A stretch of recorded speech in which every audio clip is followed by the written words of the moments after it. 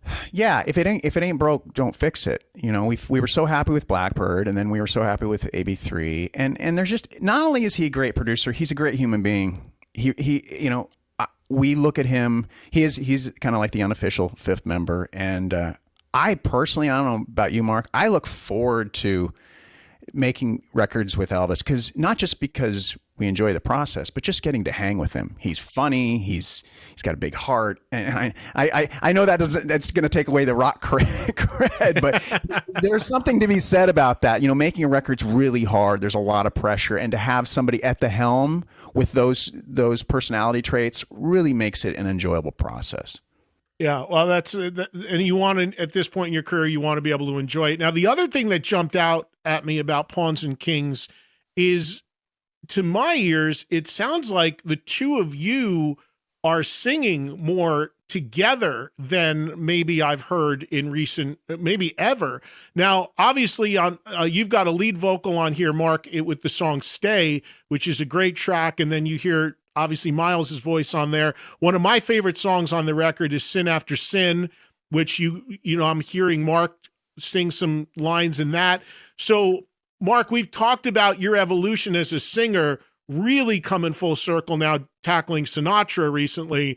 But is that something that you guys went into this record wanting to maybe blend your voices even more across the whole album? It's not something we really discussed. I think everything just happens naturally and whatever feels right at the moment. But on this record, you know, I remember Myles had to get his vocals done and head on. I think you were heading out on tour. So when I went in to do backup vocals, Elvis was like, "All right, I got all these songs we need to hit." Myles did, you know, songs like "This Is War" and a handful of them that just suited his voice for some of the higher background vocal stuff. And then I came in and filled in all the gaps.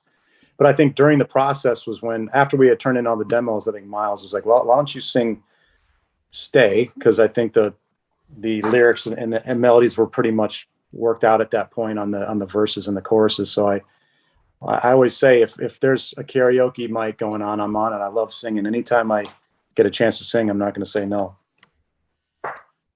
Myles, is that something that, so it sounds like it's just something that happened out of necessity, but I think it's yielded a really cool thing, because as Mark continues to grow as a singer, to my ears, it's another whole extra weapon into the Alter Bridge mix.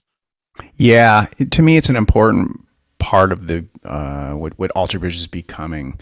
You know, I think that for me, I always look at bands that I love, and you know, I look at the Beatles, and I look at the period of Deep Purple with you know, both Glenn Hughes and David Coverdale, and then fast forward to like Mastodon, where you have multiple singers, and I feel like it makes it really interesting for the listener, but it also, I think, it makes it funner for the band, and especially when you have, like with Alter Bridge, Mark loves singing, I love playing lead guitar, and we're both very, I think, understanding of that, and we respect the other guy's ability, and then let them spread their wings on certain songs on the record. And so having that selfless approach to creating the music, I feel like it elevates the whole thing. And with Mark, his voice is, I always thought he had a great voice. I remember when we were working on One Day Remains, and he playing some of the ideas that he had, and I remember thinking to myself, why am I here? Why?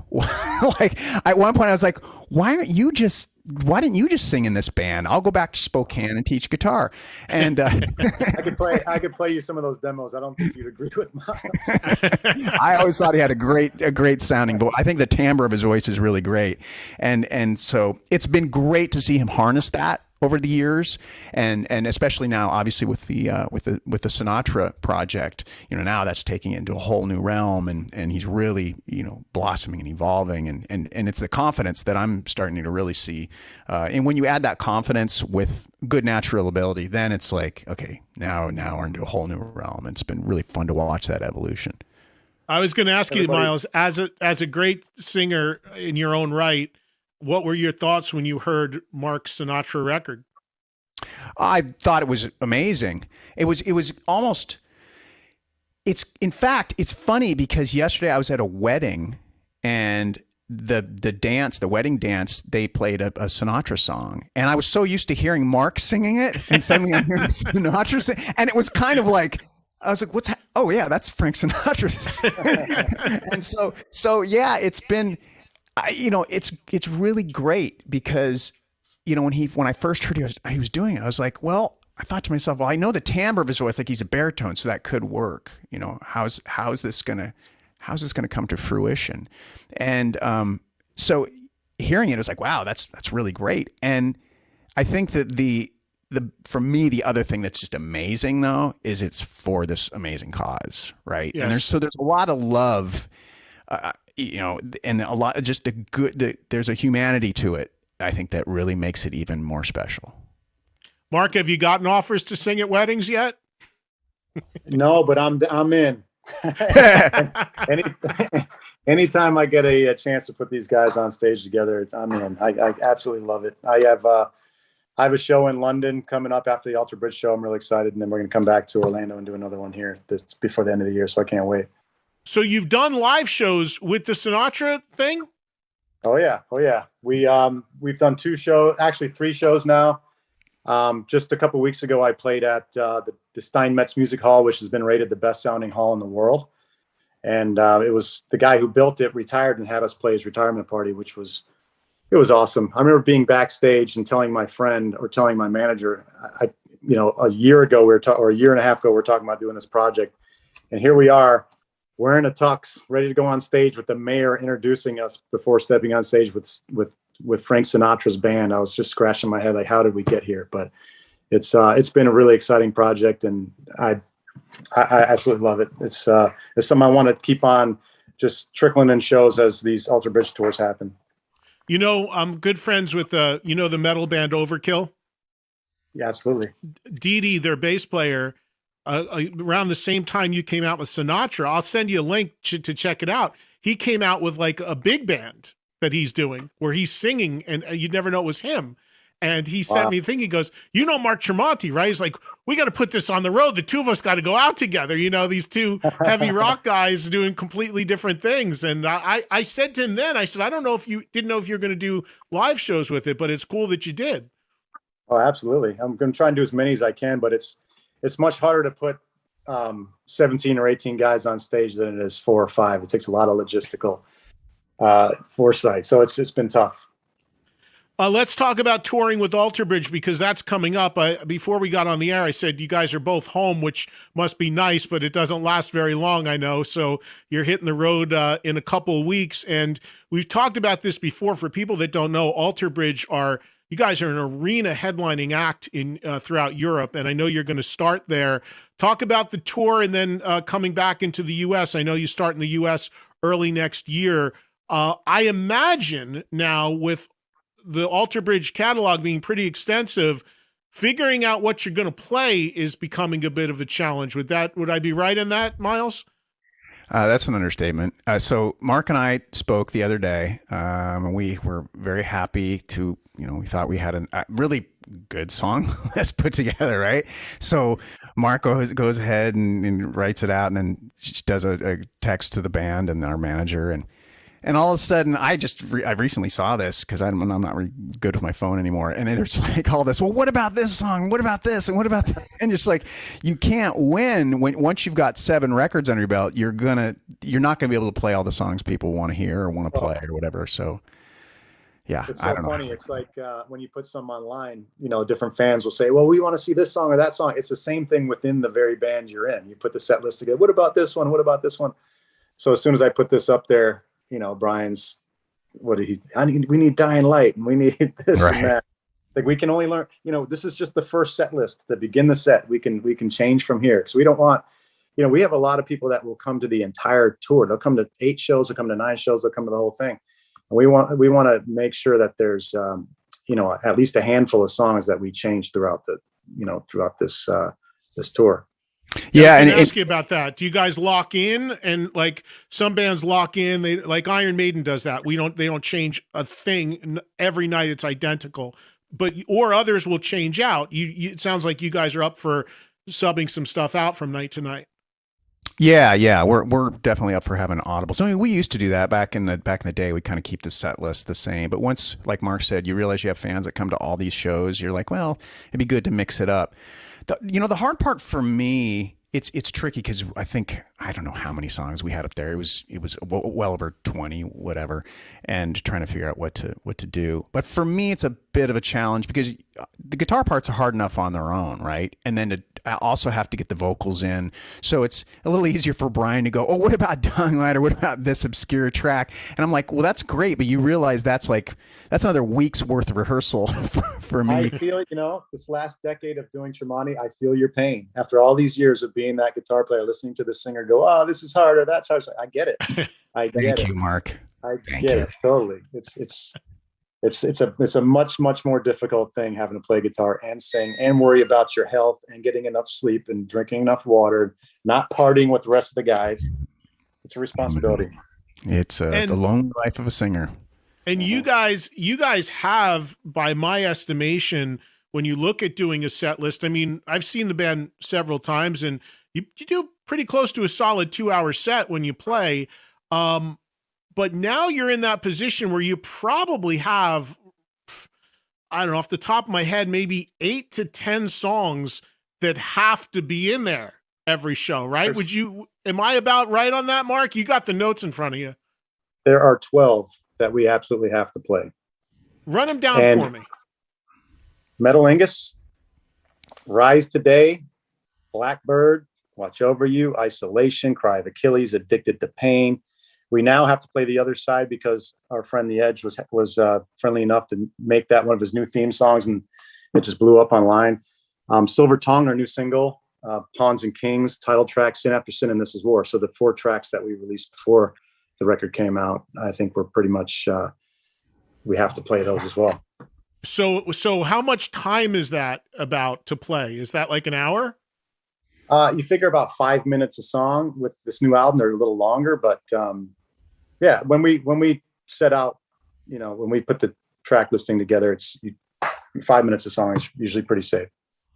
Yeah. So that gives you about another 40 to 50 to play with, to maybe do a deep track or do some different things that you guys want to do. And then where does that decision come down from? Traditionally, that falls on the singer, Myles. Like the lead singer usually makes the final call on what flies and what doesn't. Are you the guy that says yay or nay at the end of the day? No. I feel like I just try to be aware of how it's going to, how many, in fact, that was interesting. Mark and I were talking the other day and kind of rating the difficulty vocally of each song, which helps give us an idea of how to pace the set, how many of these more difficult songs to have in the set at the same time. So, Mark alluded to it a few minutes ago, which is really great for me to hear, just understand, being more aware of kind of the challenge of the human voice, and especially with the hard rock band or metal band or whatever. You're pushing hard. A lot of it's higher, and so it's a delicate dance, right? And you want to pull it off appropriately.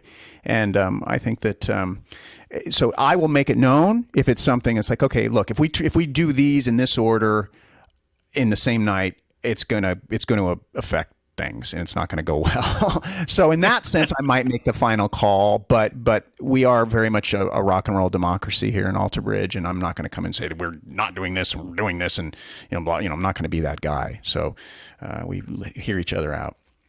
Yeah. Hey, I want to ask you about the Blackbird Club. Is that essentially your fan club, Mark? Is that what we're talking about? I saw that online on your website. I'm not sure. I'm not sure, to be honest with you. I know there's so many different fan groups now. I'm sure. No, I think this is like your official website, like sign up, become a member, and all of that. Sounds like something you better check your own website. I'm pretty hands off with other. I get on Instagram. I post to Instagram and Twitter, and I'm kind of like Myles. I keep my head buried and just keep on writing and putting stuff out. And right, but this isn't social media. This is your website saying people sign up to become a member of the Blackbird Club. So you might want to find out. Well, I tell you what, I've been working hard on this fan site, so I hope everybody signs up. No, I'm not sure, to be honest with you. It looks like it's a fan club where people sign up, and the reason why I brought it up, because I saw it on your website, on the official Alter Bridge site, but I'm wondering, like, as kids, did either of you ever join a band's fan club, like the Kiss Army or what have you? Did you ever sign up. Myles, were you ever in a band's fan club? No. You never sent the voucher in, or I never sent the voucher in. No. Mark, you must have been in the Merciful Fate fan club or something, I'm thinking, right? I mean, I was just, I'm a massive fan, but the only time I ever sent anything in, I remember I sent in a thing from a magazine to get a free Power Mad record. And I think you joined the list or whatever by sending that in. So I still have that tape, but that's about it. And, you know, you mentioned Walk the Sky, the previous record, a minute ago. That record got a little shortchanged in some ways because of COVID. I remember just before the lockdown, you guys were the last show that I actually saw because you played the Will Turn in LA. And then that's kind of when the gate came crashing down shortly after that. Do you feel that record maybe got lost a little bit because of COVID? Do you feel that it maybe didn't get you didn't get to give it the proper push that you wanted to, given, you know, the pandemic? Yeah. Absolutely. Yeah, we definitely feel that. And so are you with going to that represent it heavily in this tour because of that? We're going to try. We actually talked about that the other day as well, of making sure that we have a few of those songs in there. Because I actually have done enough interviews with people who've asked that same question, said, hey, for the people who didn't get to see you perform any of those songs live, are you planning on rolling a few of those tracks out? So absolutely. Yeah, and there'll be at least a couple ahead, of each record. Even putting 2 songs on each record, you're almost have a full set list. So we're going to try and get at least a couple of each of songs off of each record, and that's digging deep as it is. We can't do 4 songs up each record. We have too long a set. Right. And your support acts I know for Europe, it was what I was looking at was right, you had an amazing bill put together. Who's going out with you in Europe, Mark?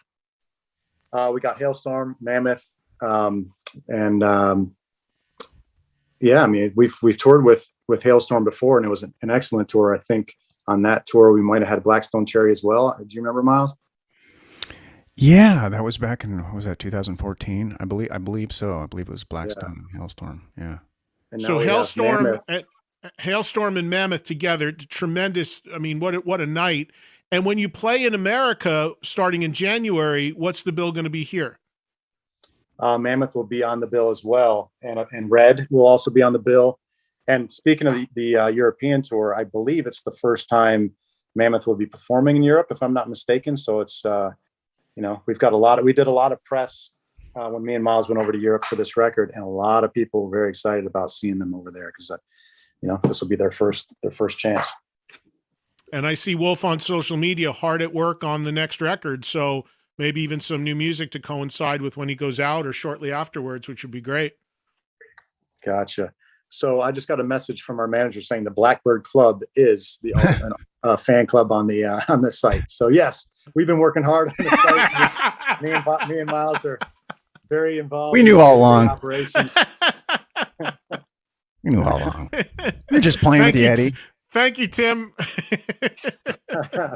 It really does speak volumes, though. Mark and I it's so funny. Like, we are such the creative weirdos who live in our little creative world and just kind of tune everything out. And so, yeah, you caught us. Trying to help you push your fan club and get some members. You're like, I have no idea what this is. Some social media thing? What are you talking about? What new record? Well, we wrote some songs. I don't know what you're talking about. Pawns and what?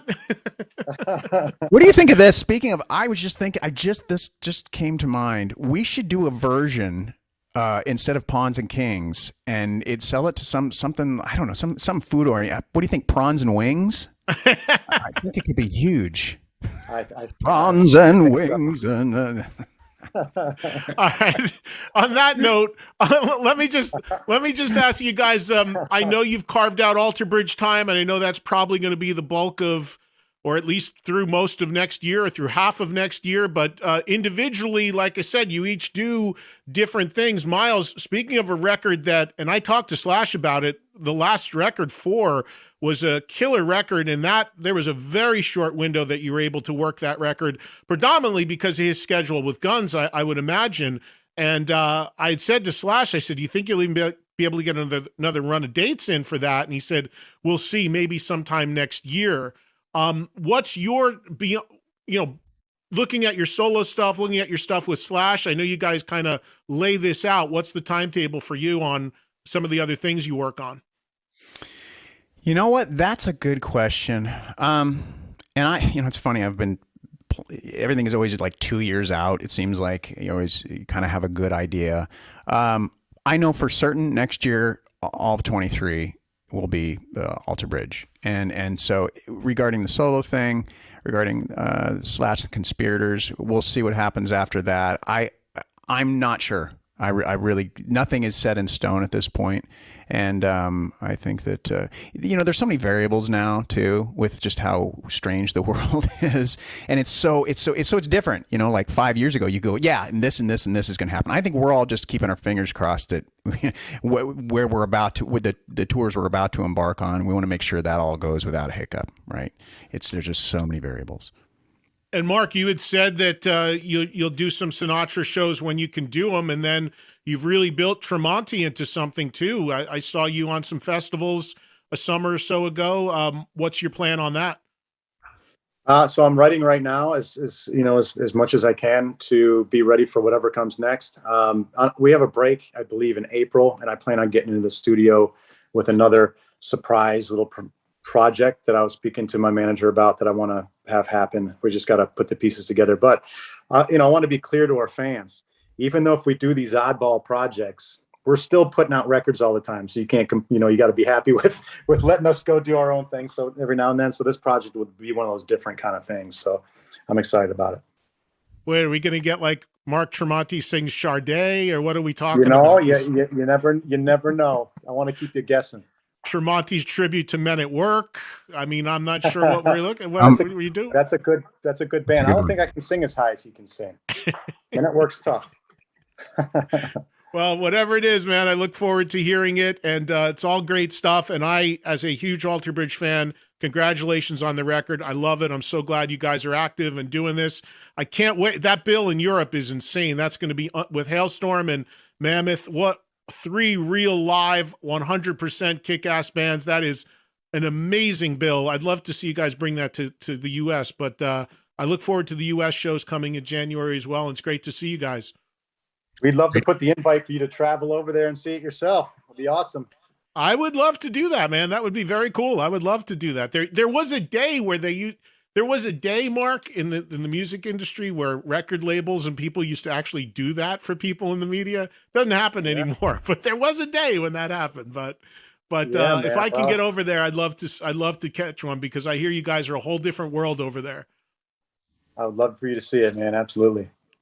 Well, listen, great to talk to you. Congrats on the record, and enjoy the time home. I know it's short-lived. Appreciate that. Thanks, brother. Thanks for your time. All right. Yep. Good to see you. Mark, Myles, take care.